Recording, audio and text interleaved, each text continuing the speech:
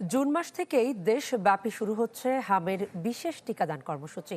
প্রায় 2 কোটি শিশুকে টিকা দেওয়ার পরিকল্পনা রয়েছে সরকারের।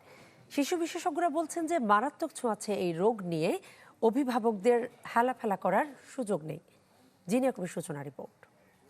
সানবিট সব দিবে সামাল। সানবিট ম্যাজিক প্রেস ডিশওয়াশিং এর মাথা ঘোরানো সলিউশন। জ্বর, ফুসকুড়ি আর দুর্বলতায় ভুগছে শিশুরা।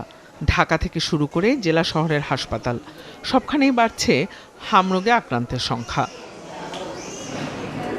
পরিস্থিতি নিয়ন্ত্রণে জুনের প্রথম সপ্তাহ থেকে শুরু হচ্ছে দেশব্যাপী টিকাদান ক্যাম্পেইন।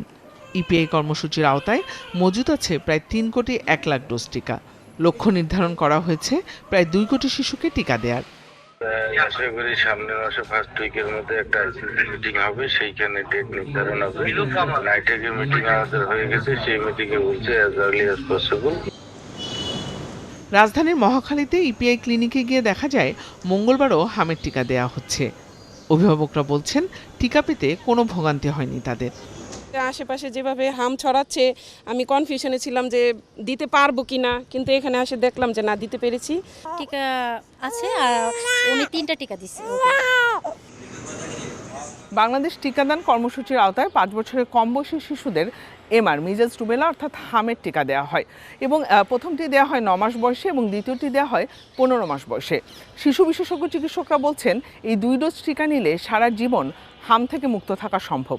এবং আমার হাতে যে টিকা কার্ড রয়েছে অর্থাৎ ইপিআই টিকাদান কার্ড, এই কার্ডে কিন্তু একদম শেষের দিকে এমআর যে নাম সেটি থাকে এবং তারপরে কিন্তু টিকা প্রদানের তারিখ উল্লেখ থাকে। এবং এই যে হাম রুবেলার প্রথমটি তারিখ থাকবে 9 মাসের এবং পরেরটি থাকবে 15 মাসের। এই 2 তারিখ থেকে আপনি নিশ্চিত হতে পারবেন যে আপনার শিশুকে 2 ডোজ হামের টিকাই দেওয়া হয়েছে। একটা কথা এখানে পরিষ্কার করে বলা দরকার, এই বাচ্চাটা যখন মায়ের পেটের মধ্যে ছিল সে কিন্তু মায়ের কাছ থেকে যে পরিমাণ ইমিউনোগ্লোবুলিন পেয়েছে, প্রোটেকশন পেয়েছে, সেই প্রোটেকশনের মধ্যে পার্টিকুলারলি হামের এগেনস্টে প্রোটেকশনটা তার জীবনের প্রথম 6 থেকে 7 মাস থাকে। সুতরাং নবজাতকদের হাম হয় না, তাদের যে কোনো অন্য কোনো কারণে র্যাশ হতে পারে। বিশেষজ্ঞ চিকিৎসকরা বলছেন হাম অত্যন্ত ছোঁয়াচে ভাইরাসজনিত রোগ, এটিকে নিয়ে হেলাফেলা করার সুযোগ নেই। অনেক অভিভাবক একটা দেন আর একটা 15 মাস এটা ভুলে যান অথবা নানা ব্যস্ততায় থাকে, কিন্তু কোনোভাবেই এটা করা উচিত না। কারণ তার প্রেক্ষাপটে কিন্তু বাচ্চার শরীরে যে অ্যান্টিবডি এবং যে প্রোটেকশনটা তৈরি হওয়ার কথা ছিল সেটা কিন্তু বিঘ্নিত হবে। সুতরাং এটা কিন্তু অবশ্যই দিতে হবে। সাম্প্রতিক পরিস্থিতি নিয়ন্ত্রণে বড় পরিসরে টিকাদান কর্মসূচি কার্যকর ভূমিকা রাখবে বলে মনে করেন এই শিশু বিশেষজ্ঞ। জাতীয় পর্যায়ে করি তাহলে হয়তো অনেক বাচ্চা মিস হয়ে যাবে, ডিস্ট্রিক্ট পর্যায়ে করা উচিত বলে আমি মনে করি।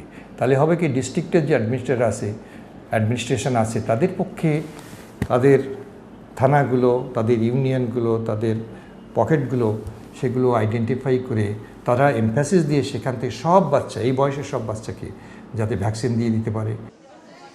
হাম প্রতিরোধযোগ্য রোগ, তাই সময় মতো টিকা ও সচেতনতার দিকে নজর দিচ্ছেন সংশ্লিষ্টরা।